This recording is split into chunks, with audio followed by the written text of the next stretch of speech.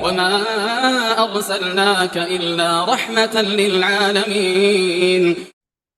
Kita masuk di bab selanjutnya, yaitu bab 536, bab al-julus ala thoriq, bab duduk di atas jalan, pinggir-pinggir jalan, nongkrong, apa, ngangkruk, apa ya, istilah tempatmu apa? Ngangkring, ya, enak angkringan nih, enak ya, ngangkruk, ngangkring, nongkrong,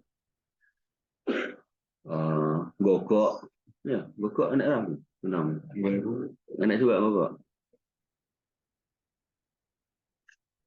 Dan Anas dari Anas, Natana Rasulullah Shallallahu Alaihi Wasallam, Rasulullah mendatangi kami, wa nahnu sibyan, waktu itu kami masih anak-anak, masih bocil-bocil.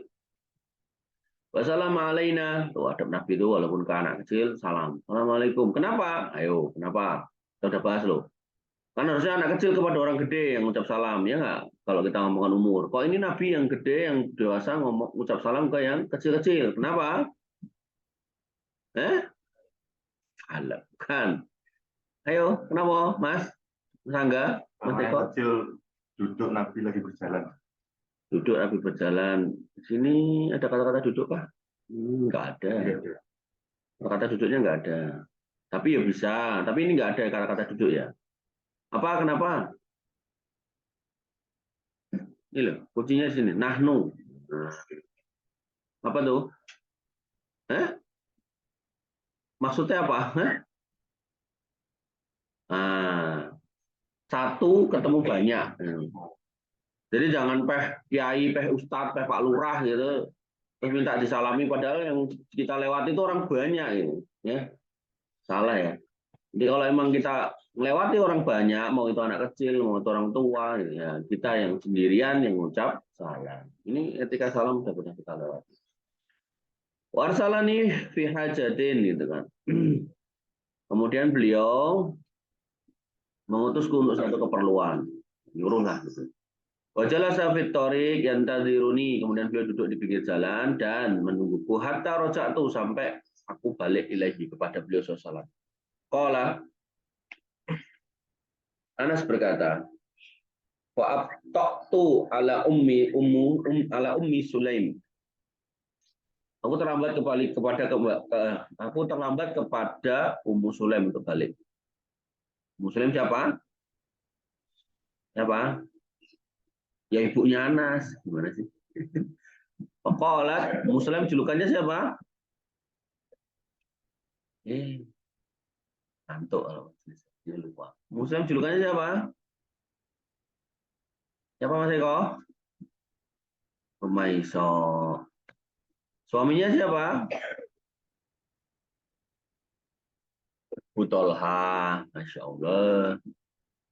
Ceritanya terkenal loh, sudah sering tak ceritakan. Anaknya sakit, ya toh, suaminya ke masjid, pulang-pulang anaknya mati. Tapi sebelum pulang, Muslim dandan, masak, yang enak. Suaminya nggak dikasih kesempatan untuk lihat anaknya juga. Langsung diajak makan, dan itu diajak kumpul suami istri. Begitu udah selesai, atau urusan perut selesai, bawah perut selesai, kemudian Muslim nanya, Mas, kalau ada barangnya tetangga di sini, kira-kira gimana pendapat Mas? Jadi balikinlah, bukan hak kita. Iya Mas, apunten Mas, putrone tadi marah itu suami. Tapi ya suami yang beriman ya marahnya nggak akan ngapa-ngapain istrinya. Dalam artian gini loh, hidup mati itu kan di tangan Allah gitu. Kecuali kalau itu anak dibunuh sama istrinya lah, mungkin istrinya ya bisa jadi dibunuh. Tapi enggak itu, ini kan mati sakit itu. Suaminya cuma ngomong, oh kamu ngajak makan, ngajak kumpul itu karena ini toh. Terus, karena ada Rasulullah SAW ya suaminya datang ke Nabi SAW. Kemudian cerita itu, kemudian Nabi SAW bertanya, apakah kamu tadi sudah melakukan ini? Ya. Kemudian Rasulullah SAW mendoakan Abu Talha semoga mendapatkan pengganti yang baik dan anak-anak yang lebih baik. Kemudian benar lahir dari Ummu Sulaim itu jagoan-jagoan perang gitu. Gak ada satupun anaknya laki-laki yang jadi pengecut, gak ada. Semuanya jagoan semuanya. Seperti bapaknya Abu Talha. Ya. Jadi Itulah tabiat orang beriman gitu ya. Jadi ketika seseorang itu kena musibah, dia berhak untuk mendapat ganti yang lebih baik dengan catatan kamu minta gitu. Atau dimintakan orang lain dalam konteks Abu Thalhah, ya, Abu Thalhah minta atau kepada Nabi SAW dan Nabi yang mendoakan. Nanti dalam kasus Ummu Salamah yang diminta Nabi SAW untuk meminta sendiri gantinya. Gantinya siapa? Abu Salamah. Ummu Salamah merasa Abu Salamah ini nggak ada gantinya, nggak tergantikan. Dia orang paling solih, paling baik, paling penyayang yang pernah dikenal seumur hidup. Dan Ummu Salamah nggak pernah menyesal menjadi istrinya Abu Salamah. Tapi sama Nabi tetap disuruh minta gantinya. Doanya apa? Ayo, doanya apa?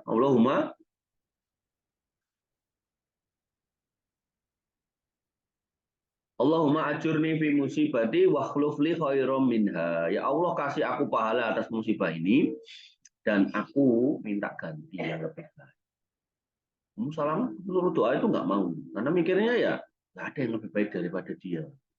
Dan Ummu Salamah juga termasuk wanita yang solihah ya. Jadi tahu kalau kemudian seorang wanita itu akan dinikahkan dengan suaminya yang terakhir, maka ya mendingan ketemu Abu Salamah lagi di surga daripada harus nyari lagi yang baru yang belum tentu lebih baik daripada Abu Salamah.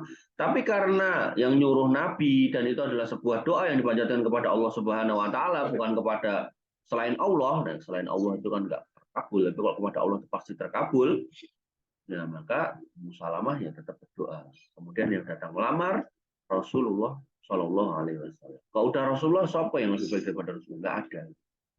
Mau Abu Salamah, mau Abu Thalhah, mau yang lain itu kan nggak akan lebih baik daripada Rasulullah Shallallahu Alaihi Wasallam.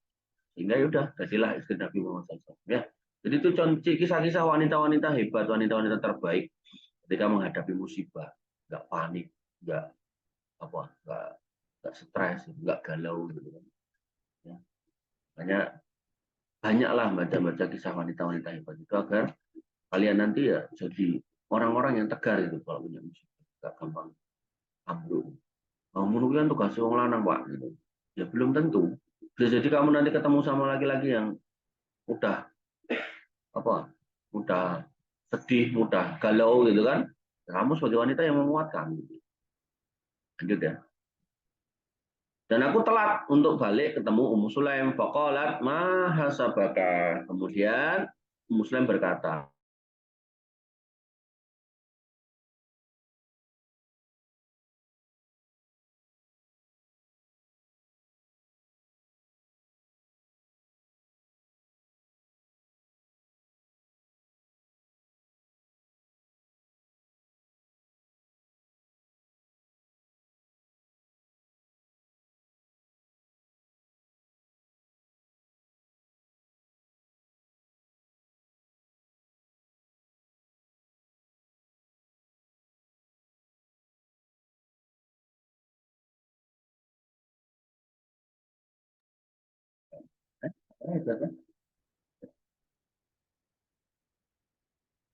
ya mohon maaf tadi ada gangguan.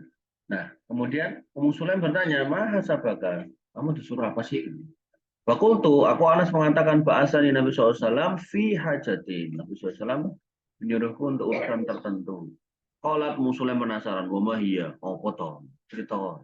Qultu inna hasirun. Rahasia atau bu? Qalat Muslim berkata, fahfad sirru Rasulullah sallallahu alaihi wasallam. Oh, rahasia ya. Ya wis, jaga. Ini tabiat wanita yang solihah, ya.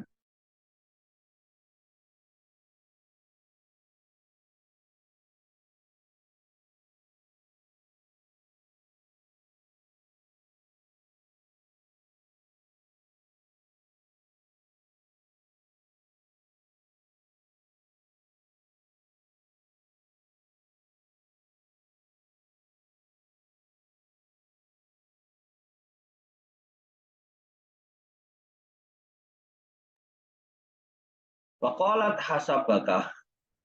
Iya, nek perlu apa gitu kan. Fakultu aku mengatakan bahasa ini Nabi SAW fi hajati. Nabi nyuruh aku untuk urusan sesuatu. Fakulat ibunya penasaran. Apa itu? Fakultu inna hasirun. Ini rahasia loh, Mbok. Mamah, Umi. Qalat, maka ibunya berkata, faqad sirru Rasulullah sallallahu alaihi wasallam. Kalau begitu, ya kan, jaga itu rahasia Nabi SAW. Ini loh tabiat wanita solihah. Ya, penasaran boleh, tapi jangan memaksakan untuk ingin tahu sesuatu yang memang dirahasiakan dari kita. Apalagi itu bukan urusan kita. Kalau Ustaz Khalid itu kalau ngomongnya itu wanita itu kalau ceritain urusan laki-laki, wah bahasanya ekstrim sih. Ya saya nggak cocok dengan kalimatnya, tapi ya maksudnya bukan itu.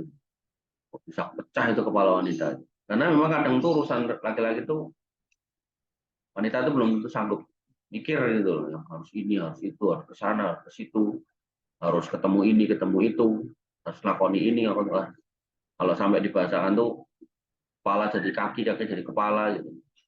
Itu laki-laki sing sregep, laki-laki sing males ya sama kae. Apa ning omah kerja ora mangan terus gitu. Kon kerja wegah ngopine ra mandek gitu kan. Kon kerja wegah rokok terus gitu kan. Nah, ini laki-laki yang enggak lupa. Ini adalah bab 536. Allah taala. Kurang lebihnya saya mohon maaf, semoga bermanfaat. Alhamdulillah subhanakallahumma bihamdika asyhadu an la ilaha illa anta astaghfiruka wa atubu ilaik. Assalamualaikum warahmatullahi wabarakatuh.